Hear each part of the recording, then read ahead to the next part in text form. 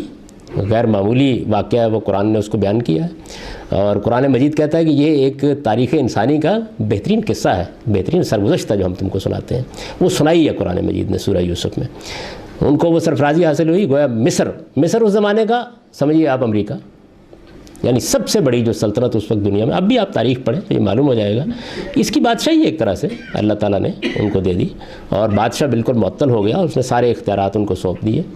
اس کے بعد پھر انہوں نے بھی توبہ استغفار کی. معلوم ہے کہ انہوں نے کہا کہ ہم نے جرم کا اعتراف کیا. وہ جرم کا اعتراف نقل کیا قرآن مجید نے، بھائیوں نے اپنے جرم کا اعتراف کیا اور اللہ تعالیٰ نے معاف کیا. معاف کرنے کے بعد پھر باپ بیٹے یہ بڑی سرفرازی کے ساتھ، بڑی شان کے ساتھ یہ منتقل کیے گئے کنعان سے مصر میں، اور ایک لمبے عرصے تک پھر بالکل اسی طرح. یعنی آپ دیکھیں گے کہ یہاں یوسف ہیں جن سے اصل میں ان کی قومی حیثیت بننی شروع ہوئی ہے، ادھر اسماعیل ہیں جن سے قومی حیثیت بننی شروع ہوئی ہے. یوسف کی نبوت کے بعد نبوت ختم کر دی گئی، اسماعیل کی نبوت کے بعد نبوت ختم کر دی گئی. یعنی ادھر بھی آپ سورہ یوسف میں پڑھیں گے نا تو پھر یہ ہوا کہ ان کی تیاری کا وہ کام شروع کر دیا گیا. تیاری کا عمل جو ہے یہ کوئی 570-75 سال تک جاری رہا ہے، اور اس میں یہی ہوتا رہا ہے. یعنی ان کو سرفرازی حاصل ہوئی، اور ان کے کرتوتوں کے نتیجے میں پھر جب دوسرا انحراف انہوں نے کیا تو یہ غلام بنا دیے گئے. یعنی اس زمانے کی جو بہت بڑی سزا ہو سکتی تھی وہ دی گئی بنی اسرائیل کو. یہ مصر میں غلام بنے. قرآن مجید اس کو واضح کرتا ہے. اس غلامی تک یہ پہنچے، اور نبوت سے بھی اتنا کہ انہوں نے کہا یوسف کے بعد اب کوئی آئے گا نہیں. یعنی جو دین سے ناواقفیت کی صورت بنی اسماعیل کے ہاں رسول اللہ تک پیدا ہو گئی تھی، وہی کم و بیش ملتی جلتی صورت اس سے ان کے ہاں بھی پیدا ہو گئی. تب سیدنا موسیٰ علیہ السلام کی بعثت ہوئی، اسی طرح جیسے محمد الرسول اللہ کی بعثت ادھر ہوئی. اور اسی وجہ سے وہ کہتے ہیں میری مانند ایک رسول برپا کرے گا. تو یہ ان کے ہاں سیدنا موسیٰ علیہ السلام جو ہیں، اب گویا یوں سمجھ لیجئے کہ ان کی قومی حیثیت کی ابتدا ہو رہی. دعوت دی گئی، اور اس موقع کے اوپر یعنی کوئی معمولی بات نہیں ہے یہ. جب فرعون پر اتمام حجت کرنے کے بعد یہ معاملہ ہوا تو یہ پوری کی پوری قوم ان پر ہی مان لے آئی، چند لوگوں کے سوا. یعنی یہ پوری قوم ہی مان لے آئی ان کے اوپر. اور اس نے ہجرت جیسا عظیم اقدام کیا، وہ معمولی واقعہ نہیں ہے. ہجرت جیسا عظیم اقدام کیا.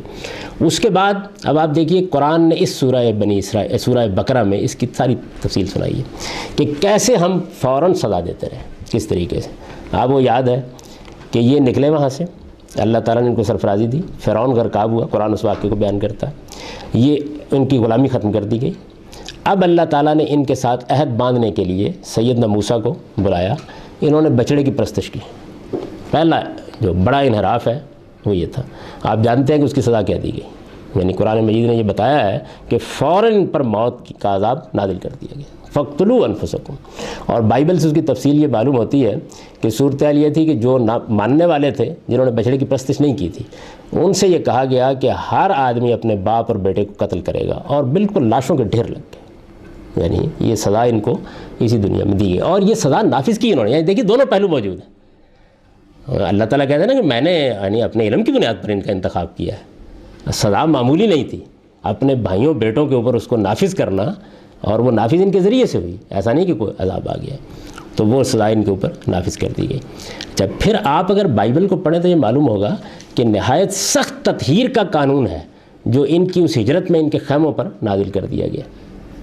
یعنی یہاں تک اس کی تفصیلات ہیں کہ ایک آدمی رفع حاجت کرنا چاہتا ہے تو جیسے سکھ کرپان رکھتے ہیں اپنے ساتھ، ایسے ان کو حکم دیا گیا بائبل میں ہے کہ کھرپی لٹکا کے رکھو گے اپنے لباس میں، اور باہر جاؤ گے جب ضرورت پڑے گی، اور وہاں جا کے زمین کھودو گے اور اس کو دفن کرو گے. یعنی یہ خیمہ گاہ جو ہے یہ بالکل پاک صاف رہنی چاہیے. بہت سخت قسم کے قوانین میں نے ایک مثال دی ہے، یعنی یہ بائبل میں بیان ہوئی ہے. تو یہ صورتحال تھی. ہمارے آپ کے ساتھ یہ معاملہ نہیں کیا گیا، جنگل پھراتے تھے آرام سے لوگ جب کبھی یہ نہیں، لیکن یہ تک احکام تھے. اس طرح کے احکام کی پوری تفصیل ہے بائبل کے اندر. یعنی نہایت سخت معاملہ اس جانب بھی کیا گیا، باقاعدہ ان کی تنظیم کی گئی اور یہ سب معاملات کیے گئے. اب اس کے بعد ان کا جو دوسرا انحراف ہے وہ یہ ہے کہ جیسے ہی ان کو بائبل دی گئی، تورات دی گئی، اور کتاب دے کے ان سے کہا گیا کہ اب اگلی ذمہ داری کے لیے اٹھو، جیسے صحابہ کو کہا گیا، یعنی جیسے بنی اسماعیل کو کہا گیا، ان کو بالکل یہی کہا گیا۔ چنانچہ بائبل یہ بیان کرتی ہے کہ وہ پورا علاقہ متعین کر دیا گیا تھا جس میں ان کو اب طاقت کرنی تھی، وہ پورا علاقہ متعین کر دیا۔ اس کے لیے بالکل اسی طرح کا قانون ہے جیسے سورہ توبہ میں ہمارے لیے بیان ہوا ہے۔ یہ اللہ تعالیٰ نے بائبل میں بیان کیا ہے، تورات میں بیان کیا کہ یہ ہم نے ان کو دے دیا۔ اب جب ان کو کہا گیا کہ نکلو، تو انہوں نے اس کا جو جواب دیا وہ نہیں ہے جو بنی اسماعیل نے دیا۔ یعنی یہ بڑا مشہور واقعہ ہے نا، انہوں نے کہا کہ موسیٰ علیہ السلام سے کہ تم اور تمہارا پروردگار جا کے لڑو، ہم بھی یہاں بیٹھے ہوئے، ہم نہیں جائیں گے۔ یعنی یہ انحراف ہے۔ اس انحراف کی فوراً سزا دی گئی۔ قرآن مجید کہتا ہے کہ 40 سال تک حرام کر دیا گیا ان کے لیے مزید سرفرازی کے ساتھ آگے بڑھنا، اور یہ طے کر دیا گیا کہ یہ اب صحرا کے اندر بھٹکتے رہیں گے یہاں تک کہ ان کی وہ نسل جس نے انکار کیا ہے وہ ساری مرے گی یہاں پر، اور نئی نسل جو پیدا ہوگی اس کے ساتھ ہم یہ معاملہ کریں گے۔ اب یہ دیکھیے آپ، اس سے آپ کو اندازہ ہوگا کہ ان کے ساتھ کیا معاملہ ہے۔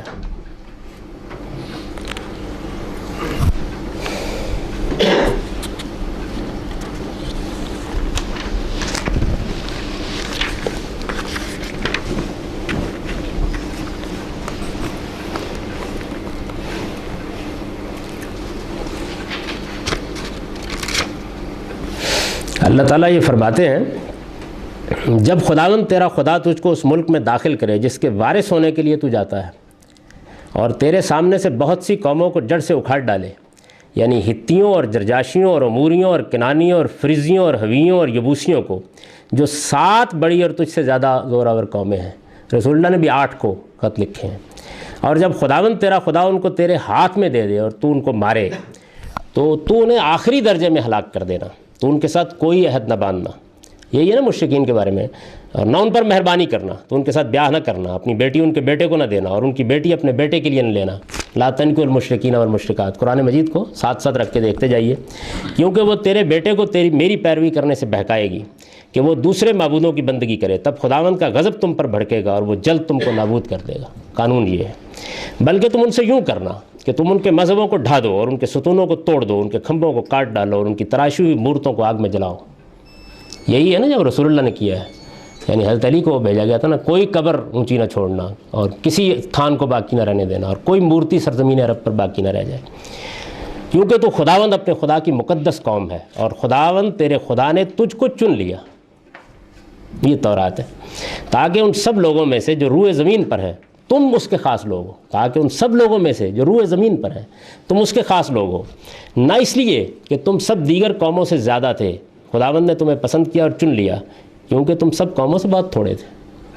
یعنی یہ بتایا جا رہا ہے کہ میں نے اپنی دینونت کے لیے ایک بہت مختصر سی قوم کو چنا ہے، زیادہ ہوتے تو پھر تو ان کی سرفرازی کوئی مسئلہ نہیں تھی، لیکن میں نے ایک چھوٹی سی قوم کو چنا ہے، اور اب میں دنیا کی قوموں پر اس کے ذریعے سے اتمام حجت کروں گا۔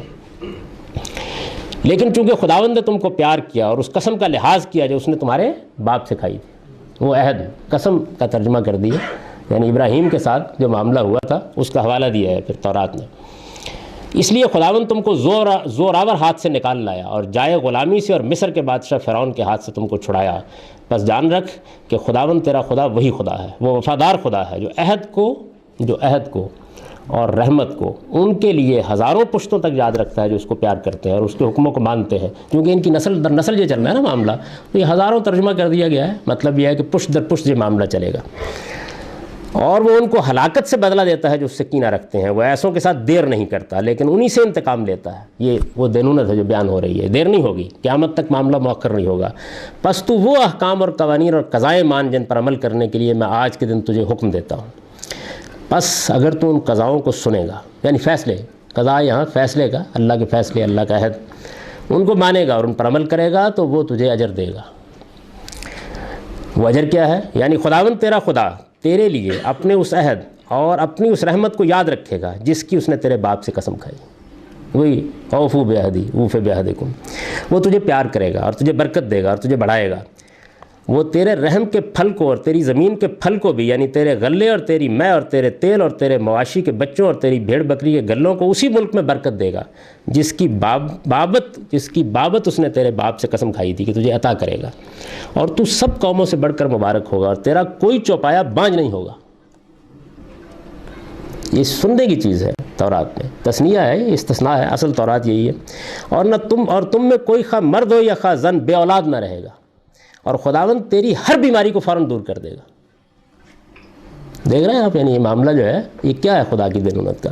اور مصر کے ان سب مرضوں میں سے جن کو تو جانتا ہے، کوئی مرض تجھ پر کبھی نہیں آئے گا، بلکہ ان کو تیرے دشمنوں پر ڈال دیا جائے گا، اور تو ان سب قوموں کو جنہیں خداوند تیرا خدا تیرے حوالے کرے گا، نابود کر دے گا۔ پس تیری آنکھیں ان پر ترس نہ کھائیں، اور تو ان کے معبودوں کی بندگی نہ کرنا، ایسا نہ ہو کہ وہ تیرے لیے پھندا ہو۔ اور اگر تو اپنے دل میں کہے کہ یہ قومیں مجھ سے زیادہ ہیں، میں انہیں کس طرح نکال سکوں گا، ذمہ داری دی گئی ہے نا جیسے بنی اسماعیل کو دی گئی ہے، تو ان سے نہ ڈرنا، بلکہ یاد کرنا کہ خداوند تیرے خدا نے فرعون اور تمام مصریوں کے ساتھ کیا کیا، یعنی وہ بڑی آفتیں جو تیری آنکھوں نے دیکھیں، وہ نشانیاں، وہ عجائبات، وہ زور آور ہاتھ اور بڑھایا ہوا بازو۔ یہ کیا چیز ہوگی اصل میں جس کا یہ ترجمہ ہے؟ وہ عجائبات، وہ زور آور ہاتھ اور بڑھایا ہوا بازو جس سے خداوند تیرا خدا تجھ کو باہر نکال لایا۔ اسی طرح خداوند تیرا خدا ان تمام قوموں سے کرے گا جن سے تو ڈرتا ہے۔ یہ ان کا مرض ہے نا، یعنی آپ دیکھیے کہ وہ بنی اسماعیل کے ساتھ جب معاملہ ہوا بدر میں تو انہوں نے حوالہ دیا تھا اس کا کہ ہم وہ بات نہیں کہیں گے جو بنی اسرائیل نے موسیٰ سے کہی تھی، ہم وہ بات نہیں کہیں گے، آپ ہمیں برق الگماد تک کہیں گے، یمن کا ایک دور کا علاقہ ہے تو ہم جائیں گے آپ کے ساتھ۔ رسول اللہ کو انہوں نے جواب دیا تھا، لیکن یہ ڈر گئے تھے اس موقع پر۔ یہ ان کا دوسرا انحراف تھا۔ اچھا، اسی طرح خداوند تیرا خدا ان تمام قوموں سے کرے گا جن سے تو ڈرتا ہے، اور خداوند تیرا خدا ان پر زنبور بھیجے گا تاکہ ان باقی ماندوں کو بھی جو تیرے سامنے سے چھپ گئے ہلاک کرے۔ پس تو ان سے خوف نہ کھانا، کیونکہ خداوند تیرا خدا جو تمہارے درمیان ہے، یعنی خدا کا ہاتھ موجود رہے گا، عظیم اور محیط خدا ہے۔ اور خداوند تیرا خدا ان قوموں کو تیرے آگے سے تھوڑا تھوڑا کر کے دفع کرے گا، یعنی یہ ایک گریجول پروسیس ہوگا۔ تو ان کو جلد فنا نہ کرے گا، ایسا نہ ہو کہ جنگلی درندے تجھ پر بڑھ جائیں، بلکہ خداوند تیرا خدا ان کو تیرے حوالے کر دے گا اور ان پر سخت گھبراہٹ ڈالے گا یہاں تک کہ وہ خود فنا ہو جائیں گے، اور وہ ان کے بادشاہوں کو تیرے ہاتھ میں دے دے گا۔ یعنی یہ پس تو ان کے نام آسمان کے نیچے سے مٹا ڈالے گا، اور کوئی تیرے سامنے کھڑا نہ رہ سکے گا جب تک تو ان کو فنا نہ کرے۔ تو ان کے معبودوں کی تراشی ہوئی مورتوں کو آگ سے جلا، تو اس چاندی اور سونے کا جو ان پر ہے لالچ نہ کر اور اسے اپنے لیے نہ لے۔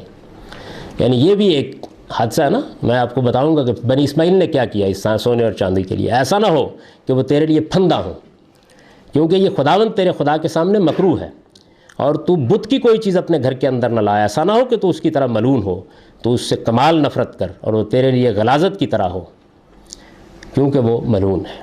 یہ یعنی فرمان تقرر ہے بائبل میں ان کا۔ اس فرمان تقرر کے مطابق ان کو جنگ کرنے کا جو حکم دیا گیا ہے، یہ پھر تثنیہ کی باب 20 میں بیان ہوا ہے۔ بالکل آپ دیکھیں وہی سورہ توبہ کے احکام ہے بنی اسماعیل کے لیے۔ جب تو اپنے دشمنوں کے ساتھ جنگ کرنے کو خروج کرے اور تو دیکھے کہ گھوڑے اور گاڑیاں لشکر کے ساتھ تجھ سے زیادہ ہیں، وہ ہوگا نا لازماً۔ یعنی وہاں بیان کیا قرآن مجید نے کہ 1 اور 10 کی نسبت پہلے، پھر 1 اور 2 کی نسبت، تو زیادہ تو ہوں گے، اس لیے کہ سرفرازی خدا کی مدد سے حاصل ہونی ہے۔ تو ان سے خوف نہ کر، کیونکہ خداوند تیرا خدا جو تجھے ملک مصر سے باہر نکال رہا ہے تیرے ساتھ ہے۔ اور جب جنگ ہونے کے قریب ہو تو کاہن سامنے آ کر کھڑا ہو اور لوگوں سے مخاطب ہو اور ان سے کہے، سن اے اسرائیل، آج تو اپنے دشمنوں سے جنگ کرنے کے لیے آگے چلتے ہو، تمہارے دل ہراساں نہ ہو، تم خوف نہ کرو، کانپو نہیں، ان کے سامنے سے دہشت نہ کھاؤ، کیونکہ خداوند تمہارا خدا تمہارے ساتھ چلے گا تاکہ وہ تمہارے لیے تمہاری طرف سے ہو کر تمہارے دشمنوں سے جنگ کرے۔ تب جو منصب دار ہیں اور وہ لوگوں سے کلام کر کے کہیں، اگر کسی نے نیا گھر بنایا ہو اور اسے مخصوص نہیں کیا تو وہ چلا جائے اور اپنے گھر کو واپس ہو۔ ایسا نہ ہو کہ لڑائی میں مارا جائے اور دوسرا اسے مخصوص کرے۔ اگر کسی آدمی نے تاکستان لگایا ہو اور اس کا پھل نہیں کھایا تو وہ چلا جائے اور اپنے گھر کو واپس ہو۔ ایسا نہ ہو کہ لڑائی میں مارا جائے اور دوسرا کوئی آدمی اسے کھائے۔ اگر کسی آدمی نے عورت بیاہی ہو اور اس نے زفاف نہیں کیا تو وہ چلا جائے اور اپنے گھر کو واپس ہو۔ ایسا نہ ہو کہ لڑائی میں مارا جائے اور دوسرا مرد اس کی عورت لے۔ ان کو باقی بھی رکھنا ہے نا، تو اس کے بھی کچھ احکام ہیں۔ تب منصب دار لوگوں سے دوبارہ مخاطب ہو کر کہیں، اگر کوئی آدمی خوف زدہ اور بزدل ہو تو وہ چلا جائے اور اپنے گھر کو واپس ہو۔ ایسا نہ ہو کہ اس کے بھائیوں کے دل اس کے دل کی طرح پگھل جائے۔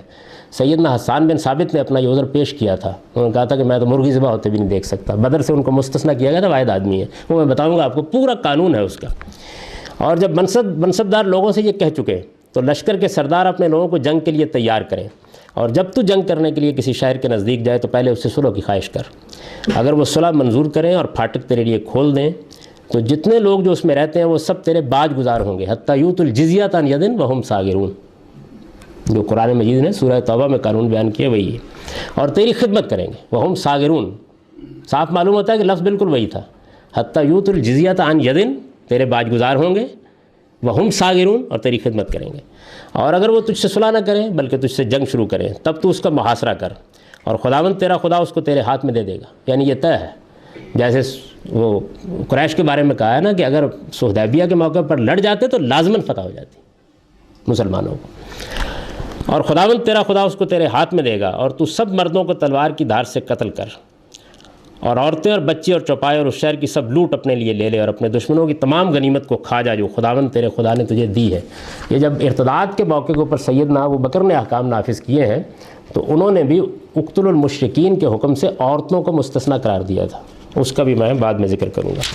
اور اسی طرح تو ان سب قوموں سے جو تجھ سے دور ہیں اور جو ان قوموں سے شہروں میں نہیں ہیں، لیکن ان قوموں کے شہروں میں سے جنہیں خداوند تیرا خدا تیری میراث کر دے گا، یہ وہ علاقہ ہوتا ہے نا جس کو مخصوص کر دیا جاتا ہے، تو کسی ذی روح کو زندہ نہ رہنے دے، یعنی باہر تو وہ ہوگا، وہاں بھی دو ہیں، ادھر بھی دو ہیں قانون، بلکہ تو ان کو ضرور قتل کر، یعنی ہتیوں اور اموریوں اور کنانیوں اور فرزیوں اور حویوں اور یبوسیوں کو، وہی ساتوں قومیں ہیں جن کا پہلے ذکر ہے، جیسا کہ خداوند تیرے خدا نے تجھے حکم دیا ہے، ایسا نہ ہو کہ وہ اپنے مکروہ کاموں کے مانند جو انہوں نے اپنے معبودوں کے لیے کیے تم کو بھی کرنا سکھائیں، مشرک ہیں، یعنی وہی شرک کا مسئلہ ہے جس کی بنیاد پر یہاں فرق کیا گیا ہے، اور یوں تم اپنے خداوند اپنے خدا کے خلاف گناہ کرو، اور اگر تو کسی شہر کا مدت تک محاصرہ کیے رہے تاکہ لڑائی کر کے اسے فتح کر لے تو کلہاڑا چلا کر اس کے درختوں کو برباد نہ کر، کیونکہ وہ جائیں گے تو ہی ان سے کھائے گا، طے تو ہے نا کہ آخر قبضہ تمہارا ہی ہونا ہے، بس ان کو نہ کاٹ، کیونکہ میدان کا درخت انسان تو نہیں کہ تو اس کا محاصرہ کرے، لیکن جس درخت کو تو جانتا ہے کہ وہ کھانے کے کام کا نہیں اس کو برباد کر اور کاٹ ڈال، اور اس شہر کے خلاف جس کے ساتھ تو لڑتا ہے محاصرے کے لیے مورچہ بنا۔ قرآن مجید میں اگر آپ پڑھیں گے نا وَاحْصُرُوهُمْ وَقْعُدُوا لَهُمْ كُلَّ مَرْصَدٍ، صاف معلوم ہوتا ہے کم و بیش وہی الفاظ تھے، جب تک کہ تو اسے نہ لے لے، یہ جنگ کا قانون۔ آگے کچھ مزید اس کی تفصیلات ہیں کہ اس میں معاملات کیا کیے جائیں گے، وہ بھی اس میں استثناء ہے جو قرآن نے بیان کیا، اِنْ أَحَدٌ مِّنَ الْمُشْرِكِينَ اسْتَجَارَكَ فَأَجِرْهُ حَتَّىٰ يَسْمَعَ كَلَامَ اللَّهِ۔ تو میرا نقطہ نظر جو میں عرض کر رہا ہوں یہ ہے کہ اس طریقے سے انہوں نے یہ ان کو حکم دیا گیا، جیسے سورہ توبہ میں بنی اسماعیل کو دیا گیا ہے، انہوں نے اس کا جواب دیا کہ ہم نہیں جائیں گے، یعنی ان کا دوسرا انحراف ہے بچڑے کی پرستش کے بعد وہ یہ ہے، چنانچہ اس کو نمایاں کیا قرآن نے پیچھے جو سورہ بقرہ میں، انہوں نے جب انکار کر دیا تو اب اللہ تعالیٰ نے پھر ان کو 40 سال تک سزا دی، اور یہ کہا کہ ان کی وہ نسل جو جس نے انکار کیا وہ ساری مرے گی۔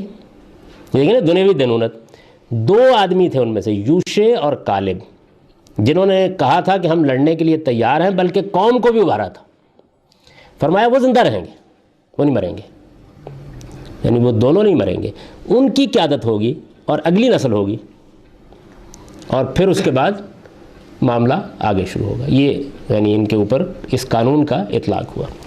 چنانچہ پھر اس کے بعد اس موقع پر بھی بائبل سے تورات سے یہ معلوم ہوتا ہے کہ جس وقت یہ ان کو سزا سنائی گئی کہ اب یہ ہوگا، تو کچھ نوجوان لوگ جو تھے انہوں نے کہا کہ یہ تو بڑی غلطی، بڑی کوتاہی ہو گئی، ہم جاتے ہیں لڑنے کے لیے، یعنی ہم حملہ کر دیتے ہیں۔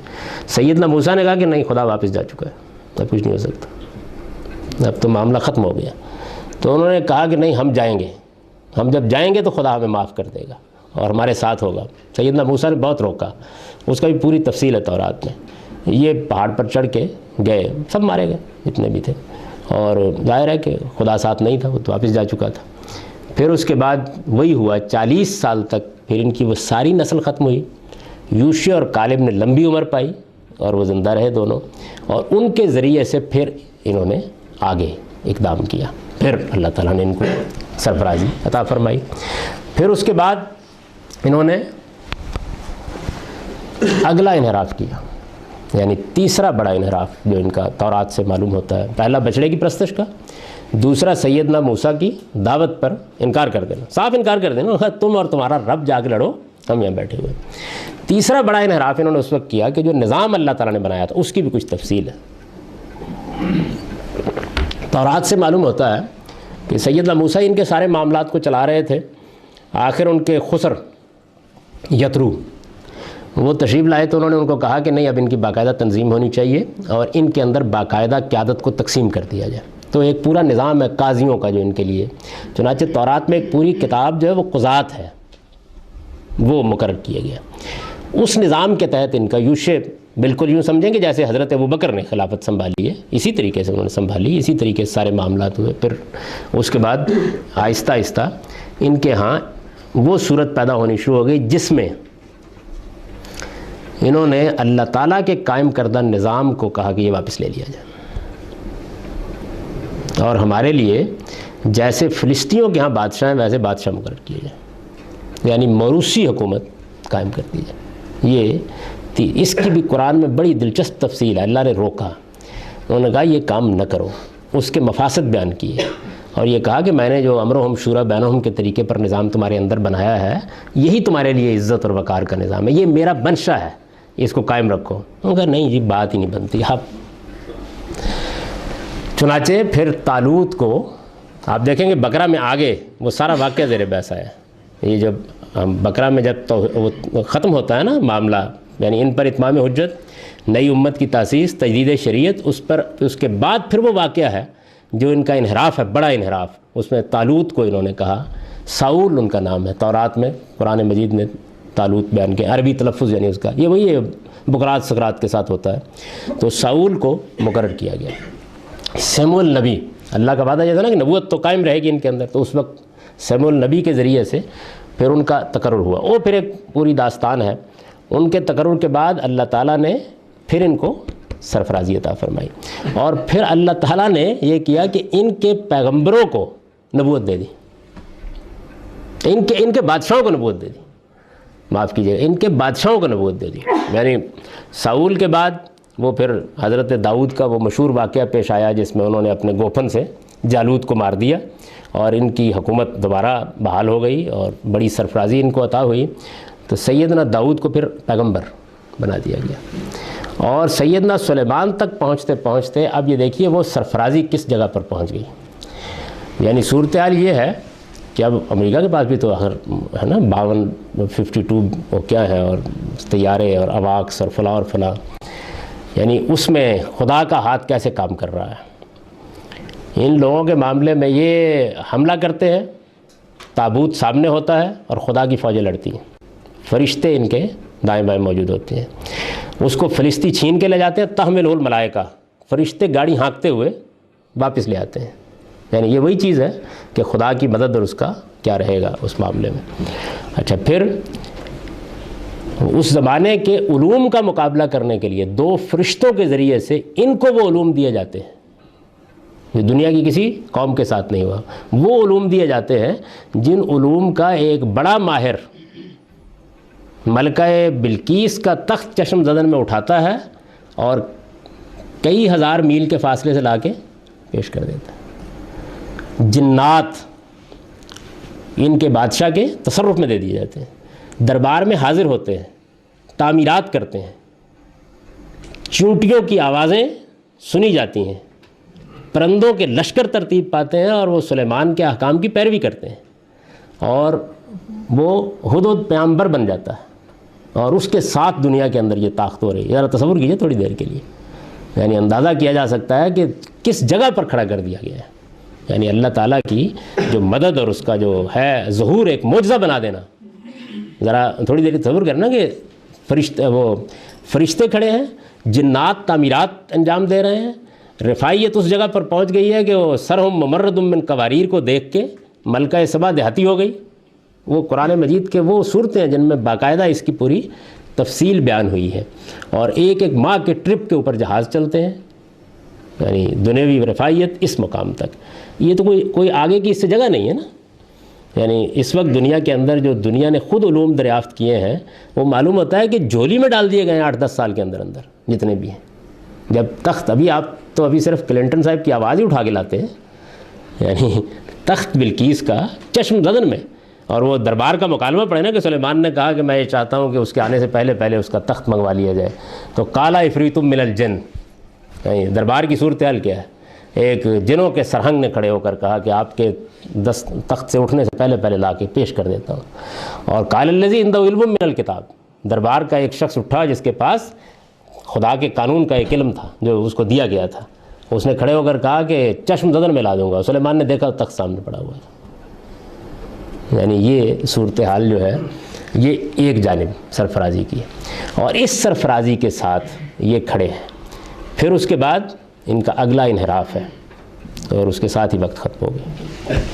اب دوسری نشست.